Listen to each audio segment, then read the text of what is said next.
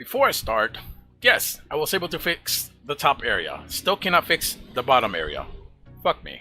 Anyway, it seems that some people were a little bit bad about me having, not on YouTube comment, thank you very much, but on my Discord, they were actually PMing me that this game is a little bit trashy and stuff like that. It's pay to win, pay to progress, and stuff like that.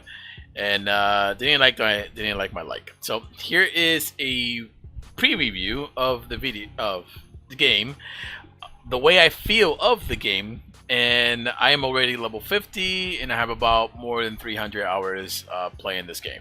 Okay, so here it is. 1. Do I recommend this game for players who play in the short term, either if they pay or not?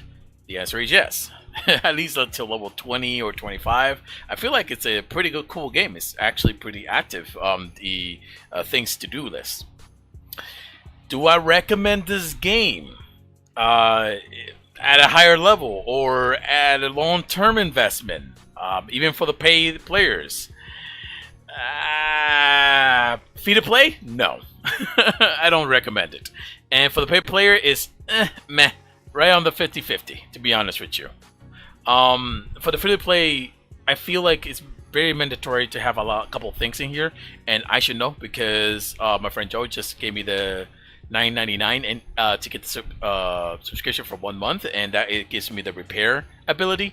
But it has gotten hectic in the game, and to be honest with you, I wouldn't actually recommend it. So let me start with the free to player. Free to players, your equipment is going to be broken. Majority of the time, you're going to be using normal to green quality items, which has between I think 12 to 10% of breakage. While obviously players use the cool items that I think it has maybe 3 to 8% breakage, which is actually better. Most of your items are going to be breaking. You're going to feel like you're not really progressing much. It's going to feel halted on the slots, things you can make, heroes that you send to quests. It's the expansion of your shop is going to be small. To be honest with you, at a free to play, it's kind of like a torture. And even though you are free to play or paid to play, you do feel punished for getting to higher levels. In fact, in Discord, I cannot find it right now, but if anybody checked the most helpful review, and they probably look all the way down and stuff like that, you'll find somebody with 721 hours and said that back then they had no hidden patches, and then they started releasing hidden patches where they lowered the blueprint, they increased the breakage of the items, and a lot of things that it's a no-no for a game. But pretty much every game, to be honest with you, has that. We call it hidden patch. Another one is the review that someone had in here, which I already said that before. One of the most top recommended and most useful or helpful review, which is a negative in here. And you'll find, I told people to go look for the negative and the positive, but you'll find that, overall, it is positive, but overall, you'll find out more things in the negative side. But to me, I said, look at it overall reviews, such as positive and negative, and then make a choice to play the game or not. Now, do I regret playing the game? No. Till this time, it's kind of like free to play and stuff like that, but I do feel like I do have to pay that $9.99, and I almost feel like I have to force to pay. So let's go to a little bit list right here. 1, mandatory, the $9.99. You do have to pay it. Another free-to-player will tell you that this game is awesome and stuff like that, but just remember that those words are kind of irrelevant because most of those players already play for 1 year and already making things happen. But if they start a new game, which they can because of the multi-account rule. If they start a new game, they will be pretty fucking pissed right about now. So the $9.99 for the repair is mandatory. The breakage buff from the engineer, which is right down here, feels mandatory, and the reason that is because right now my gears are breaking at a 2.2 mil for greens and stuff like that. I had a normal one which only was a 1 mil, and that's normal, but it has a higher percentage of break. It's 12% versus the legendary that has like a 3%.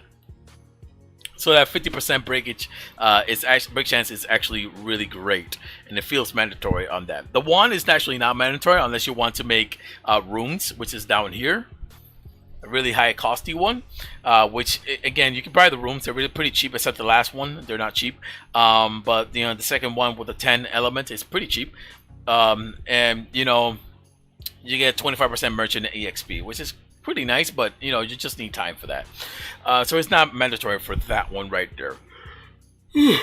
Apologies. Let's talk some few things about the game. It's gonna feel slow as fuck if you didn't wisely spend your diamonds on you know, the craft slot and the expansion slot, because you need these tables to have more energy, and you need storage, and you need all these bins to be able to make the stuff, so that you don't wait a long time for this, especially this, to increase, and then try to actually craft again.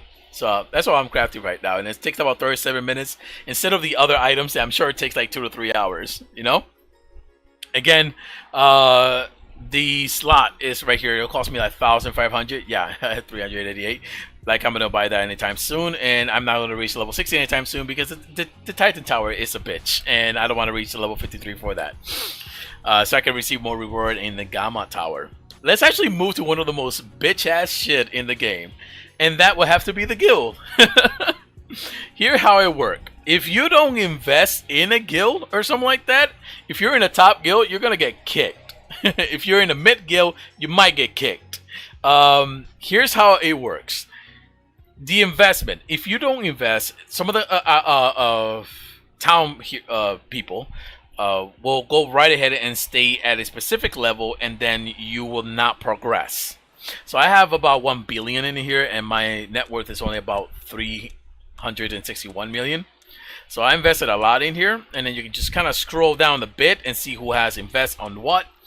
And then you pretty much come down here into, for example, the training hall. The investment for me is 4 mil per tick, and I heard it can go up to 100 mil per tick. And they expect you to spend the diamonds once you reach a higher limit, which I find it freaking hilarious. So basically, to get to 29, and I'm a level some of my heroes are 26. To get to 29, there's just no way that I look at that 32 mil, and I can only put 8 tick. So what happens is that I have 764 investment. That's ticks right there. 384 mil. People from here have to match me in order for the guild to become relevant. So we have here some people who may not have invested as much as other players, and then if we don't get to 1,930, we stay at level 29. So what happens?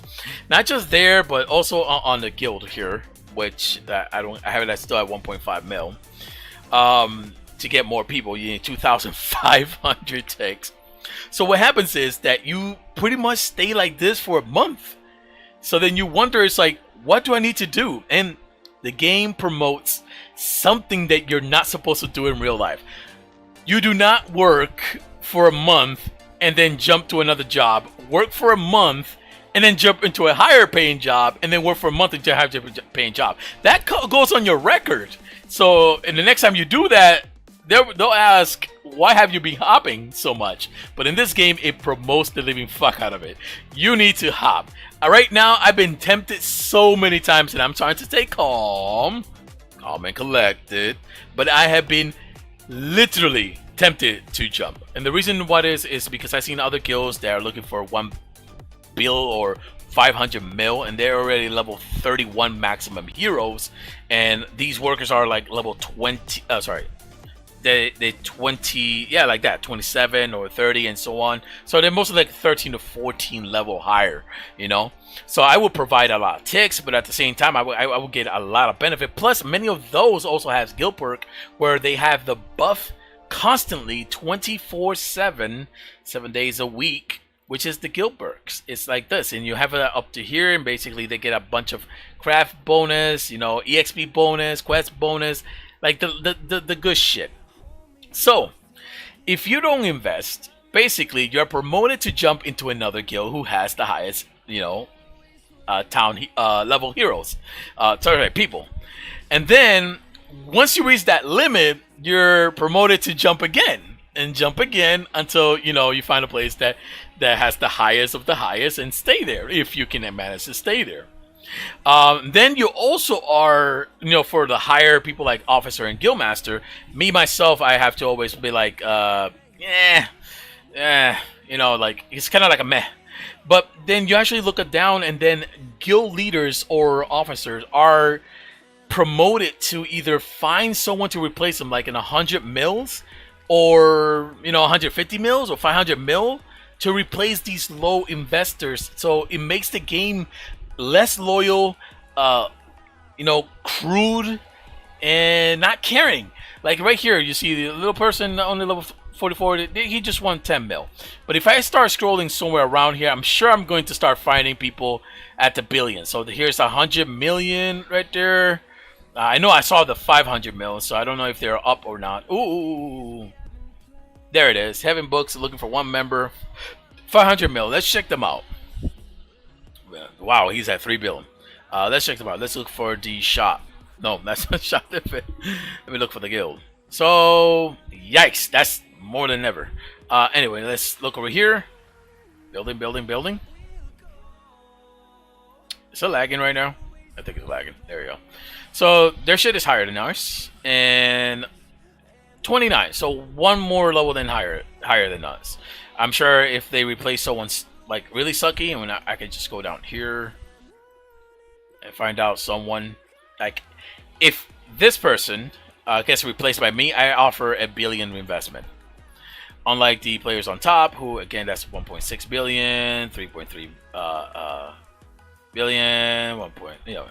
Like that, 1.4 billion, 1.4. I think I touched that already. And this is only 126. So pretty much I can replace any of these characters because I'm investing at 1 billion, and my net worth is like extremely low. Net worth is what you sell right here in the shop.